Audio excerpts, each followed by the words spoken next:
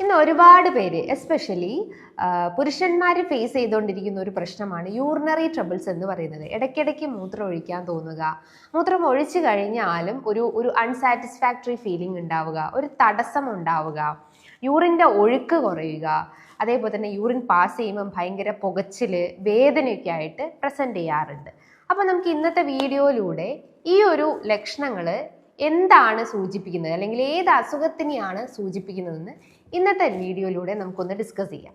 Hi, ഞാൻ doctor Juhi Das, QNB health കെയറിലെ homeopathic ഫിസിഷ്യനാണ്.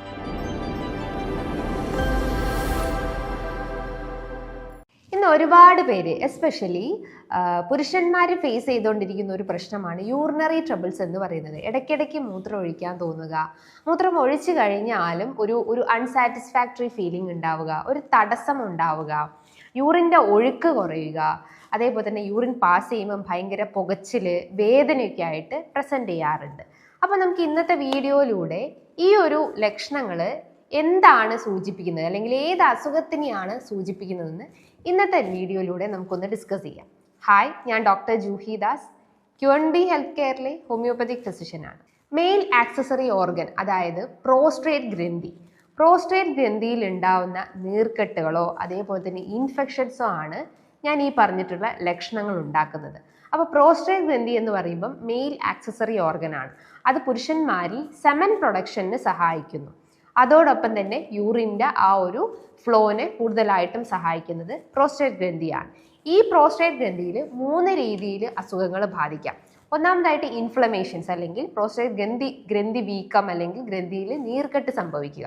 രണ്ടാമത്തേത് പ്രോസ്ട്രേറ്റ് ഗ്രന്ഥിയിൽ ഇൻഫെക്ഷൻസ് സംഭവിക്കുക. മൂന്നാമത്തേത് പ്രോസ്റ്റേറ്റ് ക്യാൻസർ പോലത്തെ കണ്ടീഷൻസ് ഉണ്ടാവുക. ഇന്ന് മെജോറിറ്റി ഓഫ് ആളുകൾക്കും പ്രോസ്റ്റേറ്റ് ഗ്രന്ഥി വീക്കമാണ് സംഭവിക്കുന്നത്, അതായത് ഇൻഫ്ലമേഷൻസ് കണ്ടീഷൻസ് ആണ് ഉണ്ടാവാറ്.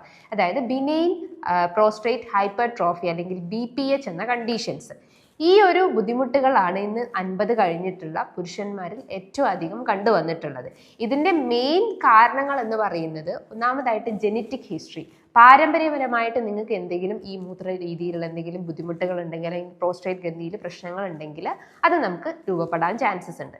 രണ്ടാമത്തേത്, നിങ്ങൾ എന്തെങ്കിലും അഡിക്ഷൻസ് ഉണ്ടെങ്കിൽ, ലൈക്ക് ആൽക്കഹോൾ അഡിക്ഷൻസോ സ്മോക്കിങ്ങോ അങ്ങനെ എന്തെങ്കിലും ദുശീലങ്ങളൊക്കെ ഉണ്ടെങ്കിൽ ഈ പ്രോസ്ട്രേറ്റ് ഗ്രന്ഥിയിലേക്കുള്ള സർക്കുലേഷൻസ് ബ്ലോക്കേജ് വരികയും അത് കൃത്യമായിട്ട് പ്രവർത്തിക്കാതെ വരികയും അതിൻ്റെ ഫങ്ഷൻസിൽ ഇംബാലൻസ് കാണിക്കുകയും അത് പിന്നീട് നീർക്കെട്ടായിട്ട് രൂപപ്പെടാവുന്നതാണ്. മൂന്നാമത്തേത്, നിങ്ങളുടെ ലൈഫ് സ്റ്റൈൽ ചേഞ്ചസ്, അതായത് ഭക്ഷണ രീതിയിൽ ഉണ്ടാകുന്ന മാറ്റങ്ങളും വ്യായാമമില്ലാത്ത അവസ്ഥയും അമിതവണ്ണത്തിൻ്റെ പ്രശ്നങ്ങളൊക്കെ ഉണ്ടെങ്കിലും നമുക്ക് അസോസിയേറ്റ് ചെയ്തിട്ട് ഈ പറഞ്ഞിട്ടുള്ള ബുദ്ധിമുട്ടുകൾ ക്രിയേറ്റ് ചെയ്യാൻ ചാൻസസ് ഉണ്ട്. ഭക്ഷണ രീതികൾ നോക്കുമ്പോൾ നിങ്ങൾ അമിതമായിട്ട് റെഡ് മീറ്റ് കൺസ്യൂം ചെയ്യുക, പാലുൽപ്പന്നങ്ങൾ അമിതമായിട്ട് കൺസ്യൂം ചെയ്യുക, പ്രോസസ് ചെയ്തിട്ടുള്ള ഭക്ഷണങ്ങൾ, ജങ്ക് ഫുഡ്, ഫാസ്റ്റ് ഫുഡൊക്കെ അമിതമായിട്ട് കഴിച്ചുകൊണ്ടിരിക്കുന്ന ആളുകൾക്കാണ് ഈ പറഞ്ഞിട്ടുള്ള പ്രശ്നങ്ങൾ ഉണ്ടാവുന്നത്. ഇനി ഇതിൻ്റെ ലക്ഷണങ്ങൾ നോക്കുകയാണെങ്കിൽ ഒട്ടനവധി ലക്ഷണങ്ങളാണ് കാണിക്കാറ്. ഒന്നാമതായിട്ട് urinary troubles, like BPH conditions ഉള്ള ആളുകൾക്കാണെങ്കിൽ യൂറിനറി ട്രബിൾസ് ആണ് പ്രിഡോമിനൻ്റ് ആയിട്ടുള്ളത്. യൂറിനറി ട്രബിൾസ് എന്ന് പറയുമ്പം നിങ്ങൾക്ക് ഇടയ്ക്കിടയ്ക്ക് മൂത്രം ഒഴിക്കാൻ തോന്നുക. നമ്മളിപ്പം രാവിലെ പോയി പിന്നെ ഒരു 11 മണിയാകുമ്പോൾ പിന്നെയും പോകാൻ തോന്നുന്നു, then ഒരു അരമണിക്കൂർ കഴിഞ്ഞിട്ട് പിന്നെയും പോകാൻ തോന്നുന്നു. അങ്ങനെ ഒരു ഫ്രീക്വൻസി, അതായത് യൂറിൻ്റെ ഫ്രീക്വൻസി ഇങ്ങനെ ഇൻക്രീസ് ചെയ്തുകൊണ്ടേയിരിക്കുന്നു. അതോടൊപ്പം തന്നെ പോയി കഴിഞ്ഞാലും ഇനിയും അതായത് ഒരു അൺസാറ്റിസ്ഫാക്ടറി ഫീലിംഗ്, അല്ലെങ്കിൽ ഇനിയും പോകാനുള്ള ഒരു തോന്നൽ ഉണ്ടാവുക, അല്ലെങ്കിൽ യൂറിൻ അവിടെ ഇനിയും കെട്ടിക്കിടക്കുന്ന പോലെ തോന്നാറുണ്ട്. അതേപോലെ തന്നെ ഈ മൂത്രം പാസ് ചെയ്ത് പോകുമ്പോൾ ചില ആളുകൾക്ക് പുകച്ചിൽ അനുഭവപ്പെടാം, അല്ലെങ്കിൽ വേദനയായിട്ട് രൂപപ്പെടാവുന്നതാണ്. ചിലർക്ക് മൂത്രം പോയി കഴിഞ്ഞാലും ആ ഒരു ലിംഗത്തിന്റെ അഗ്രഭാഗത്തായിട്ട് വേദനയും പുകച്ചിലും രൂപപ്പെടാവുന്നതാണ്. യൂറിന്റെ ഫ്ലോ നോക്കുമ്പോൾ വളരെ സ്ലോ, അല്ലെങ്കിൽ നേർത്ത പോലെ യൂറിൻ പോകുന്നത് കാണാവുന്നതാണ്. ഭയങ്കര സ്ട്രോങ് ആയി പോയിക്കൊണ്ടിരിക്കുന്ന ഈ ഒരു യൂറിന്റെ ഒഴുക്ക് വളരെ സ്ലോ ആയിട്ട് കാണാവുന്നതാണ്. അതേപോലെ തന്നെ യൂറിനിൽ ഒബ്സ്ട്രക്ഷൻസ് കാണാവുന്നതാണ്, അതായത് സ്പ്ലിറ്റ് ആയിട്ട് യൂറിൻ പോവുക, മുറിഞ്ഞു പോലെയൊക്കെ യൂറിൻ പോകുന്നുണ്ടെങ്കിലും ഈ പറഞ്ഞിട്ടുള്ള പ്രോസ്ട്രേറ്റ് ഗ്രന്ഥിയിൽ നീർക്കെട്ടുണ്ടെന്ന് മനസ്സിലാക്കാവുന്നതാണ്. യൂറിനിൽ കളർ ചേഞ്ചസ് ഉണ്ടാവുക, എസ്പെഷ്യലി ഈ പത കാണുക, അല്ലെങ്കിൽ ബ്ലഡ് വരിക, അതേപോലെ തന്നെ കൂടുതൽ ഡാർക്ക് കളേർഡ് ഒക്കെ ആവുന്നുണ്ടെങ്കിലും ഈ പറഞ്ഞിട്ടുള്ള പ്രോസ്ട്രേറ്റ് ഗ്രന്ഥിയിൽ ഇൻഫ്ലമേഷൻസിൻ്റെ ഒരു ലക്ഷണമാണ്. അതേപോലെ തന്നെ നിങ്ങൾക്ക് വൃക്ക സംബന്ധമായിട്ട് എന്തെങ്കിലും പ്രശ്നങ്ങൾ ഉണ്ടെങ്കിൽ, ലൈക്ക് നിങ്ങൾക്ക് ക്രിയാറ്റിനിൻ കൂടിയ കേസസ്, അല്ലെങ്കിൽ റീനൽ ഫെയിലിയർ കണ്ടീഷൻസ്, ഹൈഡ്രോനെഫ്രോസിസ്, അല്ലെങ്കിൽ മറ്റെന്തെങ്കിലും സിസ്റ്റൈറ്റിക് കണ്ടീഷൻസോ സ്റ്റോൺ റിലേറ്റഡ് കണ്ടീഷൻസ് ഒക്കെ ഉണ്ടെങ്കിലും നമുക്ക് യൂറിൻ പാസ് ചെയ്യുന്ന സമയത്ത് ഈ പറഞ്ഞിട്ടുള്ള ബ്ലഡ് ആയിട്ടും അതേപോലെ തന്നെ ഒരു ഡിസ്കളറേഷൻസോ അല്ലെങ്കിൽ പത പോലെയൊക്കെ കാണാവുന്നതാണ്. ഇതാണ് മെയിൻ ആയിട്ടും BPH കണ്ടീഷൻസ് അല്ലെങ്കിൽ ഇൻഫ്ലമേറ്ററി കണ്ടീഷൻസ് ഉള്ള പ്രോസ്റ്റേറ്റ് ഗ്രന്ഥിയിൽ സംഭവിക്കുന്ന ലക്ഷണങ്ങൾ എന്ന് പറയുന്നത്. ഇനി ഞാൻ പറഞ്ഞു ഇൻഫെക്ഷൻസ് വരാം, മൂത്രനാളിയിൽ ഇൻഫെക്ഷൻസ് ആയിട്ട് നമുക്ക് രൂപപ്പെടാവുന്നതാണ്. അത് വരുമ്പോൾ നമുക്ക് കുറച്ചുകൂടി സിവിയർ സിംറ്റംസ് കാണിക്കും. പനി ഉണ്ടാവുന്നതാണ്, എസ്പെഷ്യലി രാത്രി കാലങ്ങളിൽ വിറയലോട് കൂടിയിട്ടുള്ള പനി അനുഭവപ്പെടാവുന്നതാണ്. ബാക്ക് പെയിൻ, അതിശക്തമായിട്ടുള്ള നടുവേദന രൂപപ്പെടാവുന്നതാണ്. അതേപോലെ തന്നെ യൂറിൻ പാസ് ചെയ്യുമ്പം ഇടയ്ക്കിടയ്ക്ക് പുകച്ചിലും വേദനയും അതേപോലെ തന്നെ ഒരു ഒബ്സ്ട്രക്ഷൻസ് ഒക്കെ അനുഭവിക്കാവുന്നതാണ്.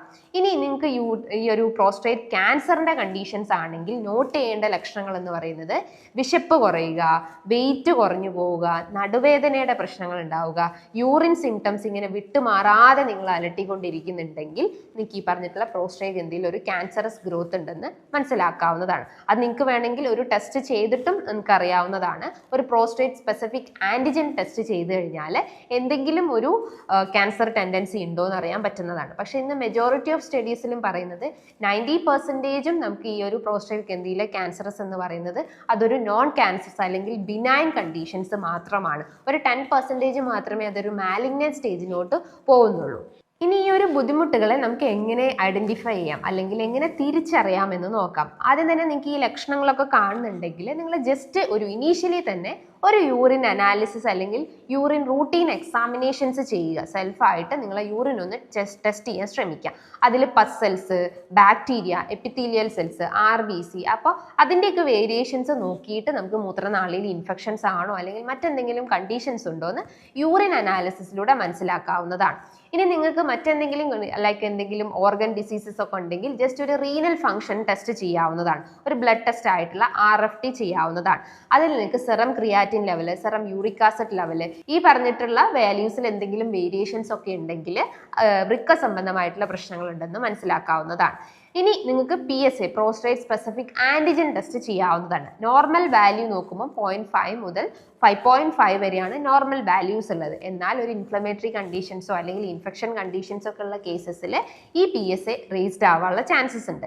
ഇനി നിങ്ങൾക്ക് ഒരു സ്കാനിങ് ചെയ്ത് കഴിഞ്ഞാൽ, ജസ്റ്റ് ഒരു അബ്ഡോമിനൽ സ്കാനിങ് എടുത്തു കഴിഞ്ഞാൽ പ്രോസ്റ്റേറ്റ് ഗ്രന്ഥിന്റെ ഏത് ഗ്രേഡാണ്, എത്രത്തോളം ഇൻഫ്ലെയിംഡ് ആയിട്ടാണ് എന്ന് മനസ്സിലാക്കാവുന്നതാണ്. നമുക്കറിയാം ഈ പ്രോസ്റ്റേറ്റ് ഗ്രന്ഥി എന്ന് പറയുമ്പം യൂറിനറി ബ്ലാഡറിന്റെ തൊട്ട് പിറകിലായിട്ട് സ്ഥിതി ചെയ്യുന്ന ഒന്നാണ് പ്രോസ്റ്റേറ്റ് ഗ്രന്ഥി എന്ന് പറയുന്നത്. ജസ്റ്റ് ഒന്ന് ഇമാജിൻ ചെയ്യുക, ഇതിപ്പോൾ നമ്മളെ യൂറിനറി ബ്ലാഡർ ആണെങ്കിൽ ഇതിന്റെ പിന്നിലായിട്ടാണ് ഈ ഒരു പ്രോസ്റ്റേറ്റ് ഗ്രന്ഥി, അതായത് ഇതാണ് പ്രോസ്റ്റേറ്റ് ഗ്രന്ഥി എന്ന് ജസ്റ്റ് ഒന്ന് ഇമാജിൻ ചെയ്യുക. അപ്പോൾ ഇതിന്റെ പിന്നിലായിട്ടാണ് ഈ പ്രോസ്റ്റേറ്റ് ഗ്രന്ഥി സ്ഥിതി ചെയ്യുന്നത്. ഇതിന്റെ ഉള്ളിലൂടെയാണ് ഈ പറഞ്ഞിട്ടുള്ള യൂറിനറി ട്യൂബ് കടന്നു പോകുന്നത്. അതായത് മൂത്രം ഈ ഒരു ബ്ലാഡറിൽ സ്റ്റോർ ചെയ്ത് വെച്ചിട്ട് അതിൽ നിന്നും റിലീസ് ചെയ്തിട്ട് യൂറിനറി ട്യൂബിലൂടെയാണ് യൂറിൻ പാസ് ചെയ്ത് പോകുന്നത്. അപ്പം ഈ പ്രോസ്റ്റേറ്റ് ഗ്രന്ഥിന്റെ മിഡിലായിട്ടാണ് ഈ പറഞ്ഞിട്ടുള്ള യൂറിനറി ട്യൂബ് കടന്നു പോകുന്നത്. അപ്പോൾ ഓട്ടോമാറ്റിക്കലി ഏജിങ്ങിന്റെ ഭാഗമായിട്ടും പല ഫാക്ടേഴ്സ് കൊണ്ടും പ്രോസ്റ്റേറ്റ് ഗ്രന്ഥിയിൽ ഇൻഫ്ലമേഷൻസ് അല്ലെങ്കിൽ നീർക്കെട്ടോ സംഭവിക്കുമ്പം ഓട്ടോമാറ്റിക്കലി ഈ ഒരു ഗ്രന്ഥി വലുതാകുമ്പം ഇതിന്റെ മുന്നിൽ കിടക്കുന്ന ഈ ഒരു യൂറിനറി ബ്ലാഡറിൽ ഒബ്സ്ട്രക്ഷൻ വരും. അതായത് അതിനൊരു ഞെങ്ങി അമരുന്ന പോലത്തെ ഒരു സെൻസേഷൻസ് കാണിക്കും. അപ്പൊ യൂറിൻ കൃത്യമായിട്ട് പോവാതെ വരികയും യൂറിൻ പോകുമ്പം ഈ പറഞ്ഞിട്ടുള്ള പ്രശ്നങ്ങൾ ഉണ്ടാവാൻ ചാൻസസ്. നോർമലി അതായത് ഒരു ഹെൽത്തി ആയിട്ടുള്ള ഒരു പുരുഷന്മാരുടെ പ്രോസ്റ്റേറ്റ് ഗ്രന്ഥിന്റെ സൈസ് നോക്കുമ്പം 25 to 30 cc വരെയാണ് അതിന്റെ വോളിയം സൈസ് കാണിക്കുന്നത്. ഇൻഫ്ലെയിംഡ് കണ്ടീഷൻസ് എന്ന് പറയുമ്പോൾ 30 cc അബവ് അല്ലെങ്കിൽ 35 cc അബവ് ഒക്കെ ആയിരിക്കും നമുക്ക് ഇൻഫ്ലെയിംഡ് ആയിട്ട് കാണപ്പെടുന്നത്. ജസ്റ്റ് നമ്മൾ സ്കാനിങ് എടുത്ത് നോക്കിക്കഴിഞ്ഞാൽ അതിൽ ജസ്റ്റ് പ്രോസ്ട്രേറ്റിന്റെ നേരെ എഴുതിയിട്ടുണ്ടാവും എൻലാർജ്ഡ് വിത്ത് ഇത്ര വോളിയം അല്ലെങ്കിൽ ഇത്ര സൈസ്ഡ് എൻലാർജ്ഡ് ആയിട്ടുണ്ടെന്ന് മനസ്സിലാക്കാവുന്നതാണ്. അതേപോലെ തന്നെ നമ്മൾ യൂറിൻ ടെസ്റ്റ് ചെയ്യുന്ന സമയത്ത് അല്ലെങ്കിൽ ജസ്റ്റ് സ്കാനിങ് ഒക്കെ എടുക്കുന്ന സമയത്ത് യൂറിനറി ബ്ലാഡറിന്റെ നേരെ ജസ്റ്റ് പോസ്റ്റ് റെസിഡുവൽ വോളിയം എന്നൊക്കെ എഴുതിയിട്ടുണ്ടാവും. അതിന്റെ നോർമൽ വാല്യൂ നോക്കുമ്പോൾ ഒരു 50 ml ആണ് നോർമൽ വാല്യൂ വരേണ്ടത്. എന്നാൽ ഈ പറഞ്ഞിട്ടുള്ള ഇൻഫെക്ഷൻസോ ഇൻഫ്ലമേഷൻസോ ഉള്ള സമയത്ത് യൂറിൻ കൃത്യമായിട്ട് പോകാതെ വരികയും യൂറിനറി ബ്ലാഡറിൽ ഇങ്ങനെ യൂറിൻ കെട്ടിക്കിടക്കുകയും അത് ഇൻഫെക്ഷൻസും ഇൻഫ്ലമേഷൻസിലേക്കും ലീഡ് ചെയ്യുന്നുണ്ട്. അപ്പോൾ ഒരു 50 ml കൂടുതലായിട്ടും യൂറിൻ നിങ്ങളുടെ ആ ഒരു യൂറിനറി ബ്ലാഡറിൽ കെട്ടിക്കിടക്കുന്നുണ്ടെങ്കിൽ ഒരു ടൈപ്പ് ഓഫ് ഇൻഫെക്ഷൻസോ ഇൻഫ്ലമേഷൻസ് ആണെന്ന് മനസ്സിലാക്കാവുന്നതാണ്. സോ ഇതൊക്കെയാണ് നിങ്ങൾ ചെയ്യേണ്ട ബേസിക് ടെസ്റ്റുകൾ എന്ന് പറയുന്നത്. അതായത് യൂറിൻ ടെസ്റ്റുകളും അതേപോലെ തന്നെ ബ്ലഡ് ടെസ്റ്റും സ്കാനിങ്ങും ചെയ്യാൻ ശ്രമിക്കുക. ഇനി ഈ ഒരു ഇൻഫ്ലമേഷൻസ് അല്ലെങ്കിൽ ഇൻഫെക്ഷൻസിനെ മറികടക്കാൻ വേണ്ടിയിട്ട് അല്ലെങ്കിൽ അതിൻ്റെ ആ ഒരു ഇൻറ്റൻസിറ്റി കുറയ്ക്കാൻ വേണ്ടിയിട്ട് നമ്മൾ ഭക്ഷണ രീതികൾ കുറേയൊക്കെ ഫോളോ ചെയ്യേണ്ടതുണ്ട്. ഒരു പരിധിവരെ നമ്മളെ ഭക്ഷണത്തിലൂടെ നമ്മൾ കൺട്രോൾ ചെയ്ത് കഴിഞ്ഞാൽ തന്നെ ഈ ഒരു ഇൻഫ്ലമേഷൻസ് കുറച്ചെടുക്കാവുന്നതാണ്. അതിന് നിങ്ങളുടെ ഭക്ഷണത്തിൽ അത്യാവശ്യം സീഡ്സ് കഴിക്കാം. പംകിൻ സീഡ്സ്, അതേപോലെ തന്നെ സെസെയിം സീഡ്സ് ഒക്കെ നല്ലപോലെ ഉൾപ്പെടുത്താൻ ശ്രമിക്കുക. സെസെയിം സീഡ്സ് എന്ന് പറയുമ്പോൾ എള്ള് അത്യാവശ്യം സിങ്കിന്റെ പ്രോപ്പർട്ടി ധാരാളം ഉള്ളത് കൊണ്ട് തന്നെ നീർക്കെട്ടുകളും ഇൻഫ്ലമേഷൻസും കുറച്ചെടുക്കാവുന്നതാണ്. പംകിൻ സീഡ്സ് ആയാലും അത്യാവശ്യം ഫൈബേഴ്സും പ്രോട്ടീൻസും ഇതിൽ അടങ്ങിയിട്ടുണ്ട്. ഇത് ശരീരത്തിൽ ഉണ്ടാകുന്ന ഇൻഫ്ലമേഷൻസ് കുറച്ചെടുക്കുന്നതാണ്. അതേപോലെ നിങ്ങൾ പാകം ചെയ്യുന്നു അല്ലെങ്കിൽ കുക്കിംഗ് പർപ്പസിന് ഈ ടൊമാറ്റോ നന്നായിട്ട് ബോയിൽ ചെയ്ത് കഴിക്കാൻ ശ്രമിക്കുക. അതിൽ ലൈക്കോപ്പിൻ എന്ന anti inflammatory anti oxidant properties ഉള്ളത് കൊണ്ട് തന്നെ ഈ പ്രോസ്ട്രേറ്റ് ഗ്രന്ഥിയിൽ ഉണ്ടാകുന്ന ഇൻഫ്ലമേഷൻസ് കുറച്ചെടുക്കാൻ പറ്റുന്നതാണ്. അതേപോലെ നിങ്ങളുടെ ഭക്ഷണത്തിൽ നിന്നും റെഡ് മീറ്റ്, ഈ പോർക്ക്, ബീഫ്, മട്ടൺ പോലത്തെ അത്തരം മീറ്റ് ഐറ്റംസ് പരമാവധി കുറയ്ക്കുക. ഡയറി പ്രൊഡക്ട്സ് എസ്പെഷ്യലി ഈ ബട്ടർ, ചീസ്, ഗീ ഇത്തരം ഡയറി പ്രൊഡക്ട്സ് ഒക്കെ പരമാവധി കുറയ്ക്കുക. എന്നാൽ നിങ്ങൾക്ക് യോഗർട്ട്, തൈര്, മോരൊക്കെ അത്യാവശ്യം ഉൾപ്പെടുത്താവുന്നതാണ്. കൂടുതൽ ഈ പറഞ്ഞിട്ടുള്ള ഡയറി പ്രൊഡക്ട്സ് ഒക്കെ ഉപയോഗിക്കുന്നുണ്ടെങ്കിൽ അതൊക്കെ അളവൊന്ന് കുറയ്ക്കാൻ ശ്രമിക്കുക.